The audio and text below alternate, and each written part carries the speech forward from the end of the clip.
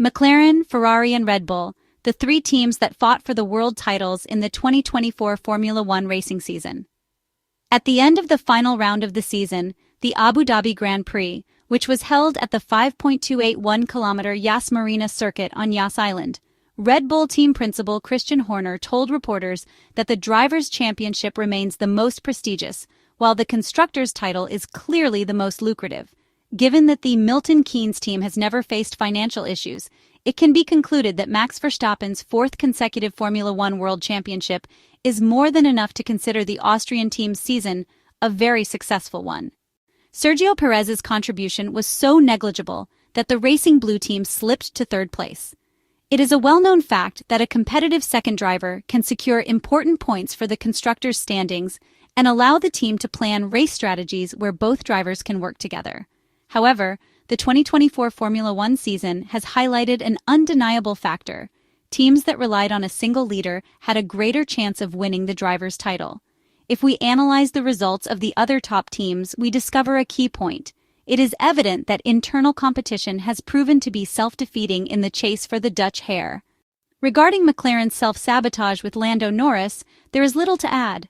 Other teams would not have gifted the victory to Oscar Piastri in the Hungarian Grand Prix, and would have clarified roles in due time. Instead, even in the Italian Grand Prix at Monza, the fierce battle at the Roggia caused the English driver to lose 2 positions, helping Ferrari's Charles Leclerc to secure a memorable race victory in front of the enthusiastic tifosi. As for the other 2 top teams, it must be honestly acknowledged that they were never in contention for the driver's title. One only needs to recall Charles Leclerc's heated team radio after the Las Vegas Grand Prix, where he practically accused his Maranello teammate of systematically sabotaging him and showing a lack of respect. And this was a meltdown over the lowest step of the podium. From this perspective, Red Bull will never face such issues as long as the Austrian cars are driven by the great talent that is Yas's son. Despite Ferrari's insistence that Charles Leclerc remains the future of the team and the man to build future successes around, Ferrari president John Elkann did not hesitate for a moment to sign Sir Lewis Hamilton, who is currently the second oldest driver on the Formula One grid. At this point in his career, a team change was unexpected, but the British driver thinks it was just what he needed and believes the move to Ferrari re-sparks motivation. During the race weekend in Abu Dhabi, his upcoming move to Ferrari was widely discussed. When asked about the move, the 7-time Formula One world champion admitted that it is a dream scenario for any driver to have an opportunity like this.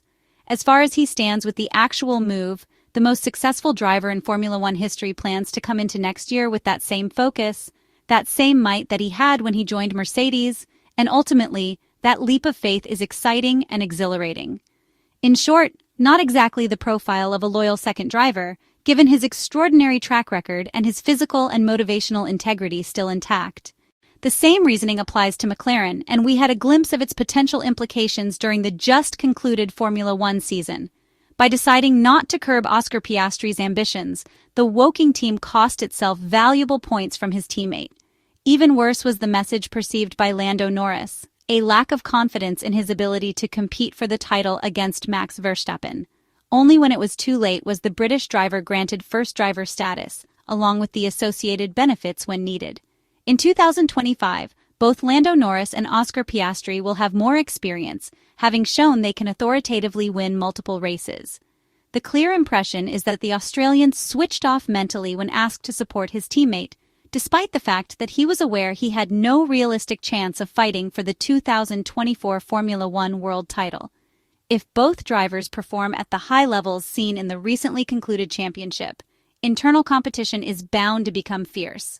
Returning to the recent comments of John Elkann, a little over a week after the end of the 2024 motorsport season, the Ferrari president summed up the past 12 months that are nearing their conclusion, but not only that. If 2024 was significant for confirming competitiveness in the World Endurance Championship with a second consecutive victory at the 24 Hours of Le Mans, and for seeing Ferrari contend for a Formula One title until the last race, 2025 will bring equally high expectations, thanks in part to the arrival of Lewis Hamilton. John Elkann therefore expressed that the season had been positive, crediting the teams for their tireless efforts to honor Ferrari's racing spirit.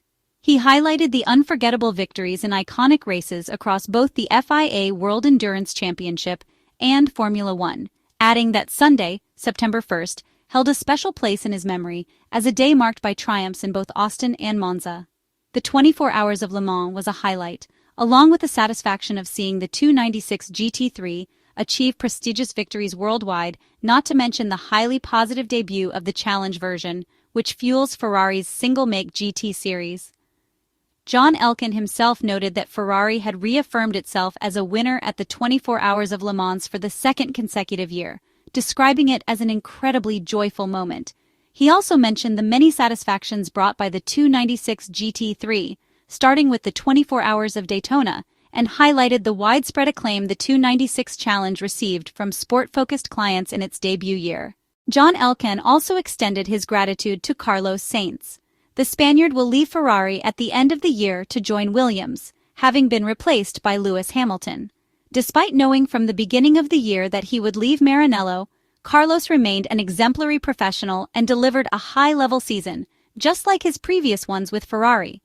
The Ferrari president added that in Formula One, the Maranello team had been contenders for the constructors' title until the very end. In the year marking Scuderia Ferrari's 95th anniversary, they won the Monaco GP, with Charles Leclerc later securing victories in Monza, in front of a crowd of enthusiastic fans, and Austin. Carlos Sainz also triumphed in the Australian Grand Prix and the Mexico City Grand Prix, thus capping off his journey with Scuderia Ferrari. John Elkann expressed his gratitude to the Spanish driver for the passion and talent he had demonstrated over the 4 years with the team. After reflecting on the past, Ferrari must now look to the future. John Elkann outlined the projects for the next Formula One season, emphasizing the presence of Lewis Hamilton and the objectives the company must achieve, even in the automotive sector. The Ferrari president stated that everyone in Maranello is always focused on the future, which is why he looks with enthusiasm at the many projects for the upcoming year: the first electric Ferrari, a Formula One team welcoming new talents, and the new driver pairing of Charles Leclerc and Lewis Hamilton. John Elkann also wanted to mention the anticipation of a new challenge in the world of sailing, and then concluded by saying that in the second half of 2025, they would unveil a new strategic plan during the Capital Markets Day. This would be an opportunity to reaffirm their unwavering commitment to innovation, exclusivity, and excellence, all of which are aligned with their journey toward carbon neutrality by 2030.